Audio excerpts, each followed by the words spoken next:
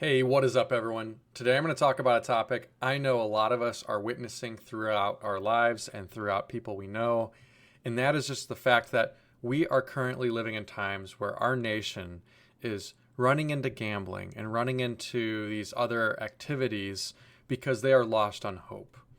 And one of the things that I've really noticed over the past couple of years is the rise in casino gambling, online gambling, or just sports betting in general. And I think that a lot of the people that live here in the United States, and I know it's happening in other places like China, Canada, on the reservations here in the States and more, but I think people in the US and developed nations, they're going to turn to gambling, or often they do, because they feel like they don't have a lot of hope. And I think gambling, it is that one shot in a million. It's just like the people that saying, I don't have hope on retiring. My retirement is the lottery. Same thing. Lottery is one in 300 million you'll win. Same thing here. It's very unlikely that you're going to win by gambling your money. And so I think it's important that we look at the statistics, and we're very empirical about the likelihood of winning as it comes to gambling. So in 2024, last year, about half of Americans, they visited a casino. And we also saw the slot revenue was skyrocketing past 2.8 billion in revenue.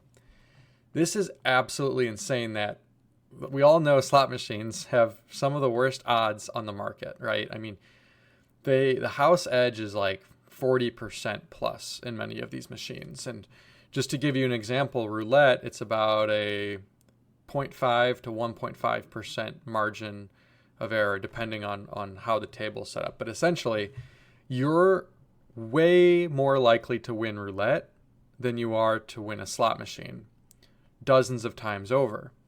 And so I think with what's happening right now is a lot of people are just saying, to hell with it. I'm going to go to the slot machine because at least I have the hopes of winning $10,000, $20,000. When in reality, you're slowly burning your money away. So the house has a huge edge on individuals.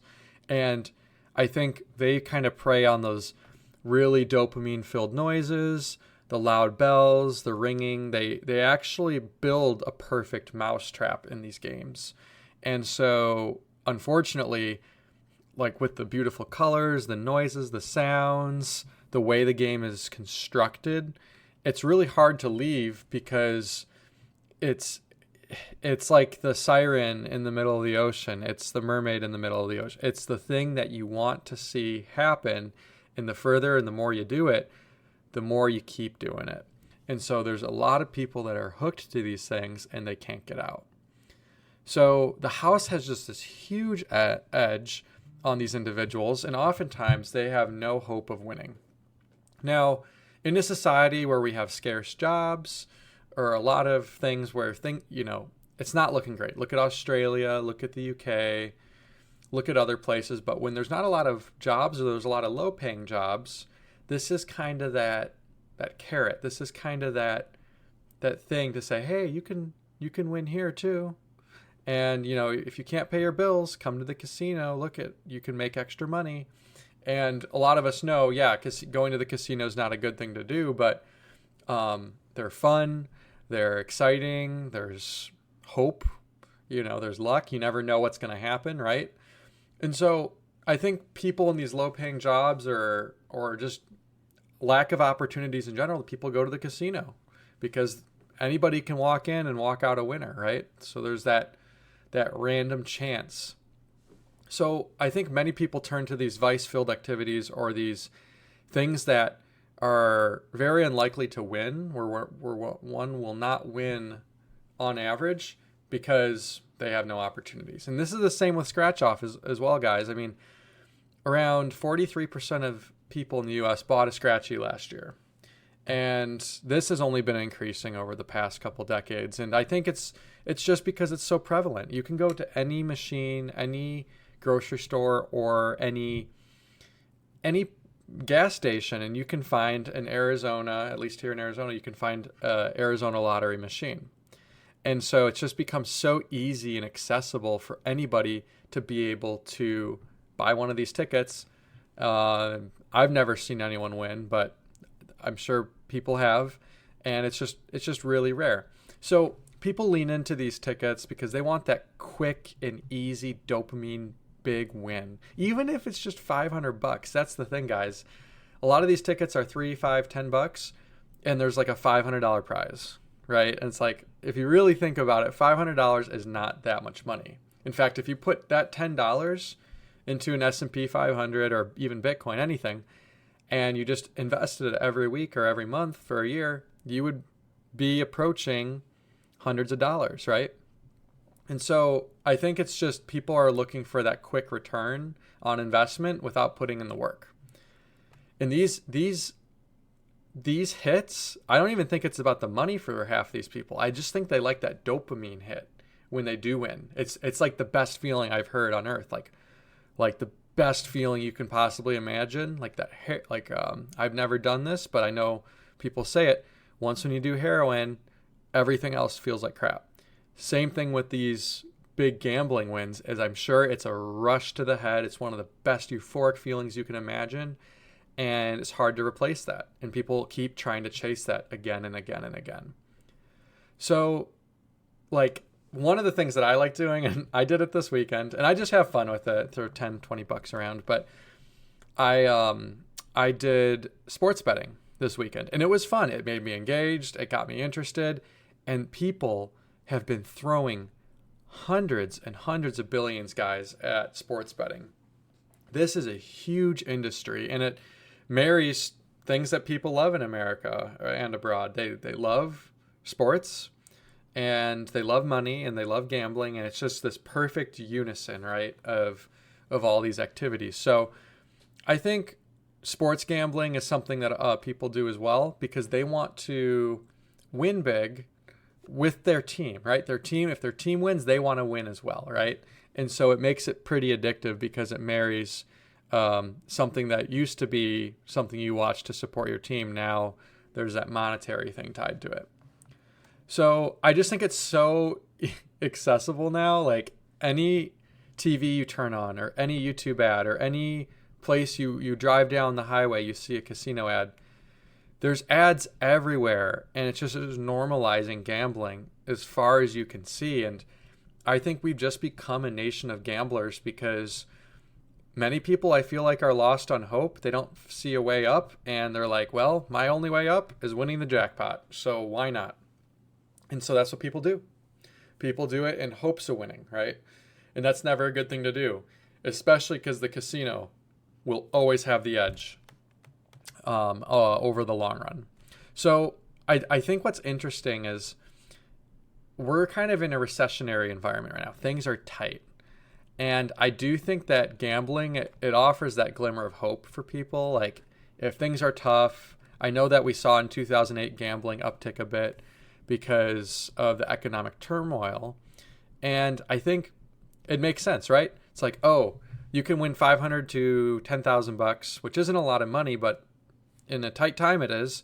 And if you have a couple bucks laying around, might as well buy a lottery ticket, or might as well, because that $2 to $3 won't mean much to you, but I guarantee you that 500 will at that period in time. So you also may start to see in times of economic turmoil, gambling tend to go up on the lottery tickets, the scratchies, all that stuff.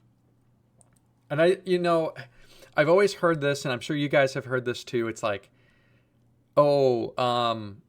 lottery tickets are essentially a tax on the poor. And I've heard that throughout my life. It's like, because a lot of this money in gambling, it actually goes to the Department of Revenue in your state. And so a lot of poor people, or people that don't have a lot of money, they'll buy these lottery tickets, and they're actually funding the government. So it's actually people, the poor, those that don't have a lot of means or money, they actually end up paying money to the government for free, essentially, with little hopes of winning. So, a lot of those that do have money and do have means, they don't buy these tickets as much as those who are disadvantaged. So I do think that this gambling as a tax on the poor is true. It doesn't mean that you can't win, but it just is interesting when you go to the gas station. I have a gas station right here. A lot of people that do not have a lot, they're always frequenting these stores and buying 5, 10, 20, $30 of these lottery tickets, right? And it's just sad to see because they don't have means and they're doing it anyways. And the way to look at this whole gambling epidemic is we're starting to see these behaviors really, really thrive in the cracks of our society, which is fracturing. We're fracturing in the job market. We're fracturing in helping those that are homeless or helping those that don't have the education about what gambling is. And, I think as a society, we need to inform others about there's nothing wrong with buying a lottery ticket or going to the casino or sports betting, but you got to do it in a way. Are you debt free? Are you approaching debt freedom? Do you have your financial house completely in order? And if you do, I can make the case, okay, go ahead, gamble a bit. If that's what you like to do, right? You work hard for your money. If that's how you want to place your money, do it. But I don't think it's good to do it if you're not in the financial situation you want to be in. You got to be in the financial situation you want to be in before you start gambling like this, because it's a slippery slope. The good news is now more than ever, we have so much education, so much resources, and now people can actually see what their odds of winning are. In fact, you can actually go into FanDuel or DraftKings and see your overall win-loss ratio. And you'd be surprised. A lot of people, they talk about their wins. I'd be curious to see how much did they win versus how much they lost and what that spread is. And I guarantee you, more people often than not would be negative or slightly negative or massively negative. Maybe there's a handful that are positive, but I guarantee you it's the edge case. So if you just look at the statistics of the casino, go ask your AI, what's the statistics of winning a slot machine? What's the statistics of, and go and test it yourself. And I guarantee you it'll ring true. If your friends are going to the casino, they want to have a few drinks and fun, go place $20, whatever. But don't make it a habit over the long run. The odds are in the casino's favor. The odds are in these sports books' favor. I think it's best for us to stay humble, to stack sats, to invest in the long run, and I think we will have a prosperous future if we do that. Anyways, guys, I hope you enjoyed this podcast. Please be sure to give it a like, share it, comment, click the links in the description. You guys mean a lot, and I'll see you in the next one.